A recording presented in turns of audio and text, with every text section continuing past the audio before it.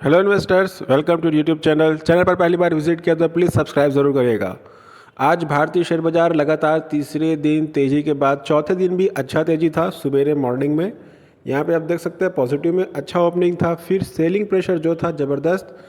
Expiry का दिन भी है आज, तो बिकवाली तो बनता था, लेकिन आज कुछ ज़्यादा ही गिरावट हो गया। थोड़ा बहुत थमने का नाम लिया, लेकिन गिरावट कंटिन्यू। बिकवाली तो था, फर्स्ट रीज़न तो ये है।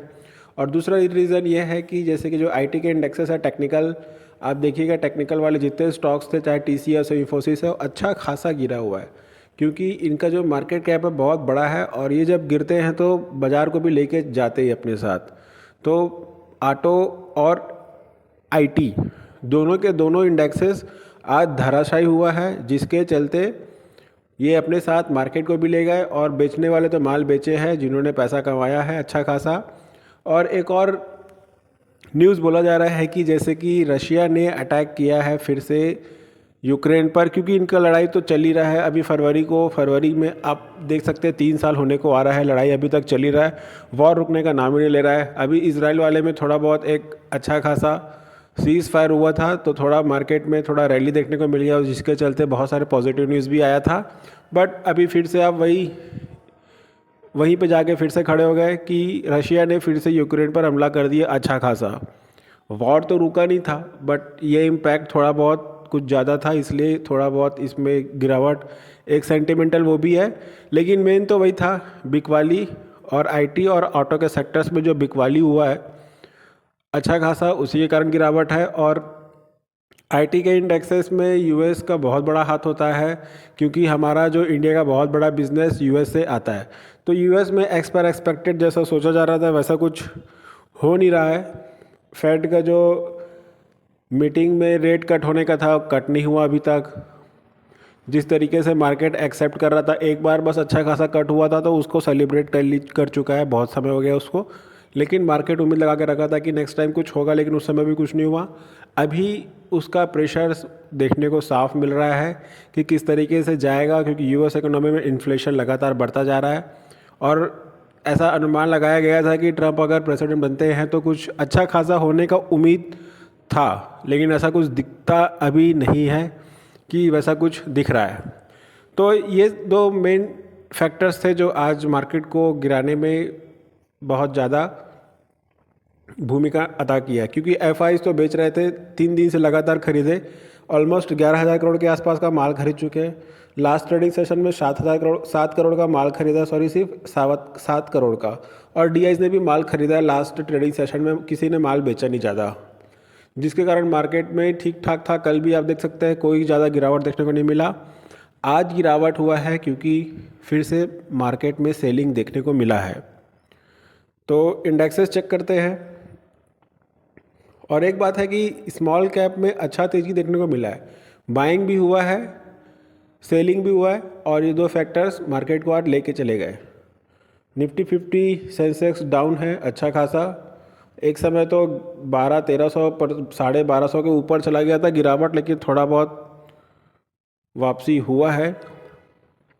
एक्सपेक्टेड था आज का गिरावट, क्योंकि इतना गिरावट के बाद 3 दिन ज़बरदस्त रैली के बाद तो गिरना बनता था थोड़ा, लेकिन इतना ज़्यादा गिरेगा एज एक्सपेक्टेड नहीं था। लेकिन गिरावट कुछ ज़्यादा ही हो गया, वो भी आज। वैसे भी लास्ट ट्रेडिंग सेशन है नवंबर के महीने का, हफ्ता तो आखिरी है, महीना भी आखिरी है, तो एक्सपायरी तो सभी साइड से था। कल भी एक्सपायरी है, तो देखना होगा, कल सेंसेक्स का एक्सपायरी है, देखना होगा कल किस तरीके से मार्केट शो करता है। गिरावट तो होगा, लेकिन थोड़ा बहुत गिरावट होगा, इतना ज़्यादा गिरावट नहीं होने का उम्मीद है। स्मॉल कैप में देखिए अच्छा तेज़ी है, जबकि मिड कैप में थोड़ा बहुत गिरावट है। मार्केट के कंपैरिजन में देखा जाए तो स्मॉल कैप में गिरावट ना के बराबर है, मिड कैप में भी गिरावट ना के बराबर है। मात्र 54 पॉइंट्स का गिरावट है इस मिड कैप में। ऑटो, जैसे कि बताया मैंने, ऑटो सेक्टर और आईटी तो ले चला आज। मेटल्स भी कुछ खास नहीं कर पाए, फार्मा भी कुछ नहीं, एफएमसीजी भी गया है, मेटल्स भी गया है, कंज्यूमर भी गया। एफएमसीजी के कुछ स्टॉक अच्छा खासा परफॉर्म किया, जैसे कि ये ऑयल वाले जो सेक्टर्स थे ठीक ठाक रहे। और पीएसयू के सेक्टर्स थोड़ा बहुत अच्छा परफॉर्म किए। पीएसयू में कुछ स्टॉक्स थे, सारे स्टॉक तो नहीं बोलूँगा, लेकिन मार्केट जब ओपन हुआ तो सुबेरे पीएसयू वाले स्टॉक्स में अच्छा तेज़ी देखने को मिला था, लेकिन जैसे मार्केट गया तो सबको लेके चला गया एक साथ।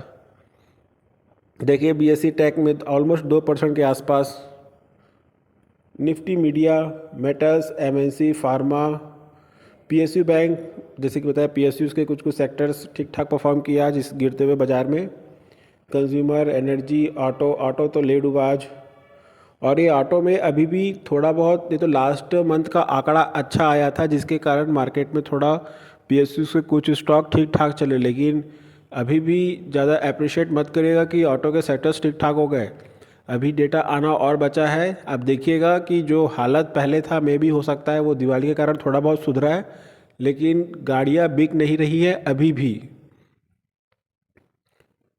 बैंक ठीक ठाक नहीं है, ऑटो भी ये तो जा ही रहा है, एनर्जी भी ठीक ठाक नहीं गिरा, एफएमसीजी भी ठीक ठाक नहीं रहा। लेकिन मार्केट के कंपैरिजन में देखिए आप सारे इंडेक्सेस थोड़ा गिरे हैं। मार्केट जिस तरीके से 1100-1200 पॉइंट्स के आसपास गिरा, लेकिन अब देखिए बाकी इंडेक्सेस थोड़ा बहुत गिरावट है, क्योंकि ये जो गिरावट था 2 फैक्टर्स के कारण ही रहा है। बाकी इंडेक्सेस तो ठीक ठाक परफॉर्म कर ही रहे थे मॉर्निंग में, और लास्ट तक ठीक ठाक ही रहे, ज़्यादा गिरावट देखने को नहीं मिला। और अडानीज़ के जो चल रहा है वो तो अलग ही मसला चल रहा है, वो तो अलग ही दुनिया में चल रहा है। आज उसके स्टॉक इतने गिरावट के बावजूद 10-10% के ऊपर चल दिए, कोई कोई तो 12% के क्रॉस भी कर गया। तो उनसे दूर रहना है, क्योंकि अभी तक ऐसा ऑफिशियल स्टेटमेंट नहीं आया है कि सारा चीज़ हट गया है। ये तो बाय सोर्स के थ्रू सबको पता चल रहा है। तो तेज़ी देख के अति उत्साहित ना होके उसमें इन्वेस्ट ना करें अभी फ़िलहाल के लिए। तो कुछ टॉप गेनर्स देखते हैं इस गिरते हुए बाज़ार में। सबसे पहला है वीटीएम लिमिटेड, 19% का सर्किट मार गया आज। टेक्सटाइल वाला स्टॉक है शानदार। कृति न्यूट्रेट्स 19%, Adani total gas 14%, विस्तारामर 13%, organic recycling 12%। इसके बारे में मैंने कितने बार बताया है, 250 के आसपास था ये स्टॉक, तब से बता रहा हूँ इसको रडार पे रखो, रडार पे रखो, रडार पे रखो, रडार पे रखो। आज देखिए 12% का तेज़ी और स्टॉक 350 पार कर गया।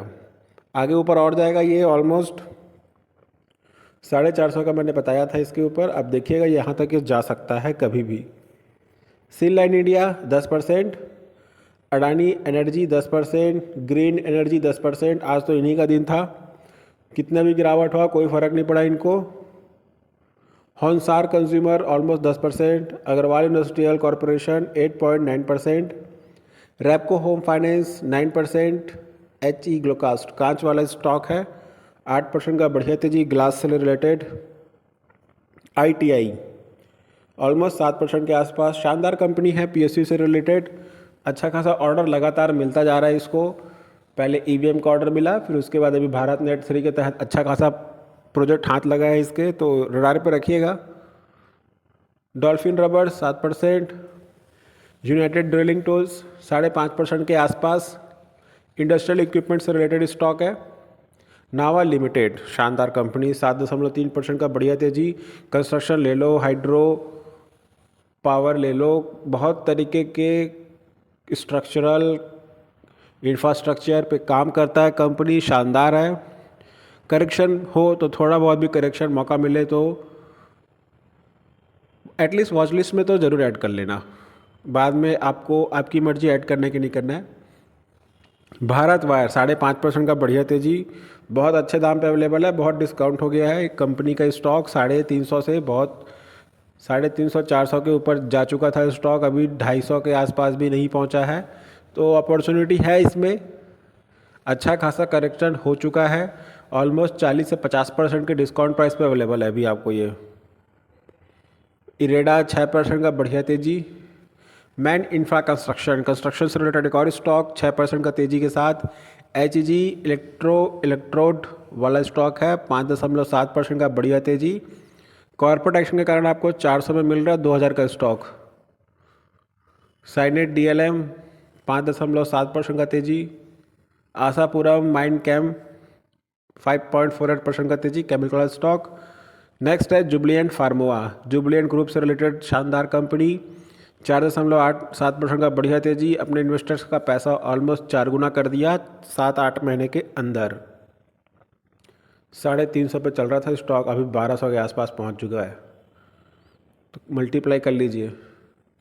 आदित्य विज़न 5.27% का बढ़िया तेजी, कल्याणी फोर्ज 4.4% का तेजी, करनेक्स 5%, फाइनली 4 डिजिट पे पहुंच गया stock as expected.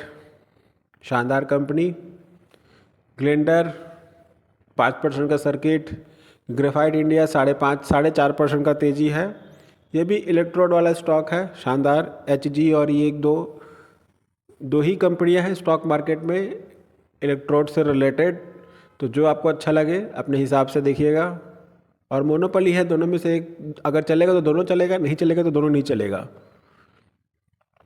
Exicom tele system 5% का सर्किट, ड्रेडिंग कॉरपोरेशन 5% का सर्किट के साथ क्लोजिंग हुआ आज। ये भी कोचिन शिपयार्ड 5% का क्लोजिंग, डिफेंस वाला stock PSU. Sanco Trans industrial equipment वाला स्टॉक, सॉरी ट्रांसपोर्टिंग वाला स्टॉक है, 4.35% का बढ़िया तेजी। लॉजिस्टिक सेक्टर को आप रडार पे जरूर रखिए, ये आने वाले समय में अच्छा पैसा निकाल के देगा। एक लॉजिस्टिक है और एक और है आपका रिसाइकलिंग वाला स्टॉक और वेस्टेज मटेरियल से जो रिलेटेड स्टॉक है, उनको रडार पे रखिएगा। शानदार कंपनियां हैं, अच्छा खासा रिटर्न निकाल के देंगे। हिडन सेक्टर है, पता नहीं है अभी, ऑलमोस्ट ज़्यादा कंपनियां नहीं है उनमें, कभी भी अच्छा खासा मोमेंटम देखने को मिल सकता है। जैसे कि आज हमने देखा, वैसे ही इको रिसाइकलिंग एक और स्टॉक था जो 400 के आसपास बताया था, लेकिन वो अभी 4 डिजिट पे चला गया था, अभी थोड़ा करेक्शन हुआ है उसमें। वैसे ही ऑर्गेनिक रिसाइकलिंग है, आप देखिएगा ये अच्छा खासा मोमेंटम में जाएगा। नेक्स्ट है एसोसिएट कोटर्स 5% का सर्किट के साथ क्लोजिंग लेता हुआ। तो ये कुछ स्टॉक थे जो इस गिरते हुए क्रैश होते हुए मार्केट में टॉप गेनर्स रहे, जो 4.5% से ऊपर रहे, 4% से ऊपर। जानकारी अगर अच्छा लगा हो, वीडियो अगर अच्छा लगा हो तो लाइक शेयर सब्सक्राइब जरूर करिएगा। There is no recommendation to buy the stock, this video on education purpose. Thanks for watching.